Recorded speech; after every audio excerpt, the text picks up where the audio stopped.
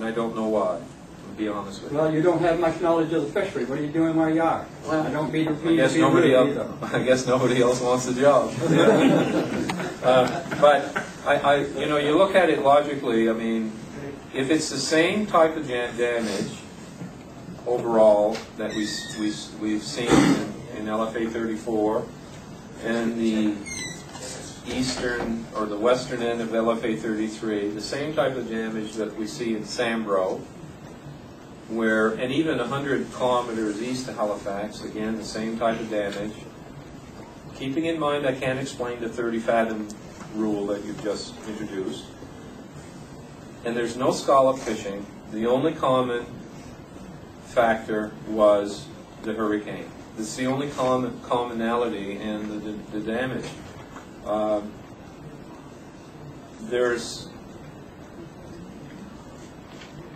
We all agree that, over the last number of years we've had trouble with quality lobsters and softer lobsters later in the year. Perhaps the storm and the soft lobsters in certain locations were more susceptible. Don't know. It's an unknown. However, all I can tell you is that the commonality between the damaged lobsters here and all along the South Shore and east of Halifax is the storm, and it's the same type of damage. So I mean, I can't argue why they weren't more destroyed in one area over another, and why at 30 fathoms they weren't hurt, or I can't explain that. I really can't. If you look at it, a lot of fishermen sent right in here today. Charles, one of them, and a few of the fellows around here about the offshore lobstering, and your scientists swore up and down that no way.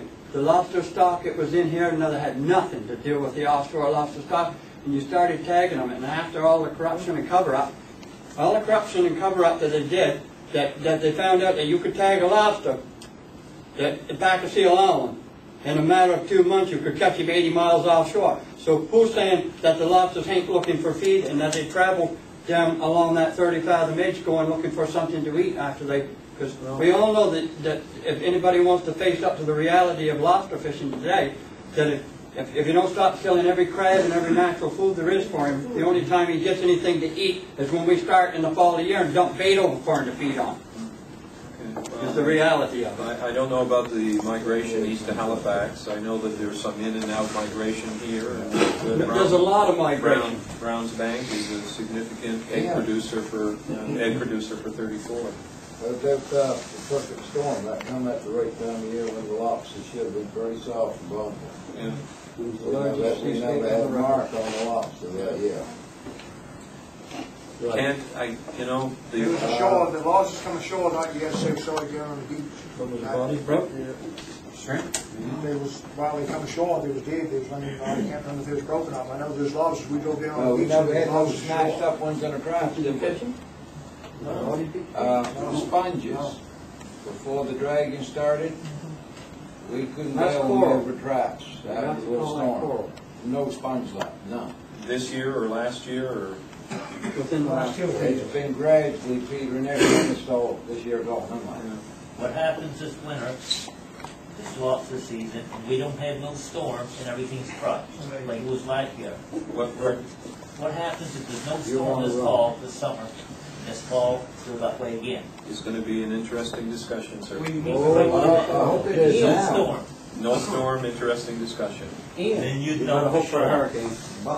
Interesting discussion. Coming next year comes too late. Yep. Yeah, it is. I mean, It's too late. Well, when we first came to Barrington to introduce the scallop fishery at Area 29, I've been to this will be the third one, 2 meetings at the Barrington, the Lions Club. And I'm not here to... The unfair part of it alone is the Digby fleet has destroyed their grounds, and now they want to come and take it out of our bass pocket? Don't think so. Yeah, you said you've done much as you can. I'm going to interrupt you. I don't know what.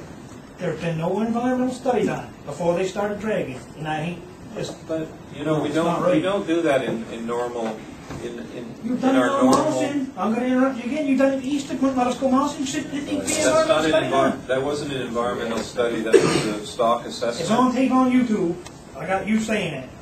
They had to be. They was discussing it, and you said it. That's why you don't like to be taped, because things can come out. No. I'll tell you, if I said an environmental study, that's one thing. But there was a stock status report done on mossing, where they did a survey of all the beds to see what was there for availability, just like they do a stock status for groundfish and determine what the quota is.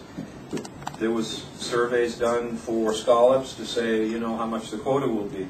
But when you say an environmental study, that's something else. That's a lot more in depth. And we mentioned We got a lot here invested, I realize that, and I'm not here. I don't find this funny, and I'm not laughing. And I'm not laughing, and I'm not finding it funny. No, I don't think it's quite serious. No, it's not, and I'm not making a joke of it. And I'm here because I'm concerned, and I want to make sure things work out, for everybody on both sides. At the end of the day, it's hard for me as a local manager to say, listen, we got to close the scallop fishery because there's a lot of concern. We've had scallop fishing throughout the Bay of Fundy. We have lobster fishing throughout the Bay of Fundy. Off Yarmouth. Let them drag the grounds they've already destroyed. Off Yarmouth, I can remember, I work out of Yarmouth, I can remember seeing the scallop fleets, off Yarmouth all summer long. So, I made a comment at the last LFA 34 meeting that the department is going into more of an ecosystem-based management of fisheries, where we have to look at what every fishery, how it interacts with other fisheries.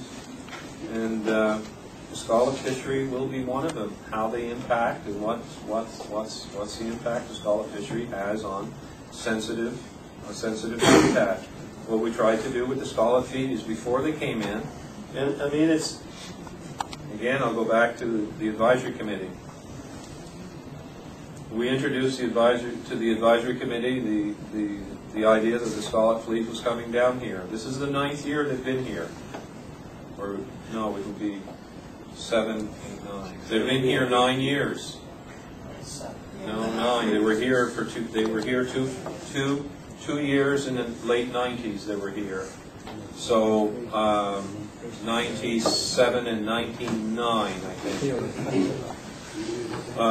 One fishery was 200 tons, and the other fishery was 800 tons. So, and then it started in 2001.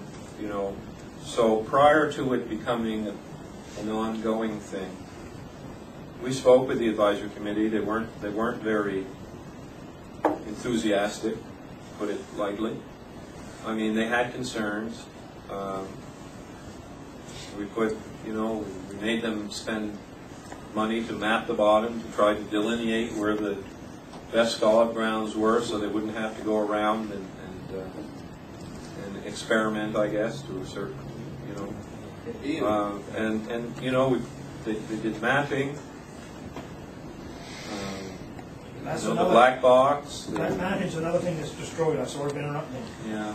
There was guys that did not know where their humps was down below there. Yeah. They was giving them That's what scallop I heard. maps, because I got Yeah. friends that went in these little boats, they ain't Yeah. done that. They was told not to give them it to nobody. Yeah, That I was know. a joke.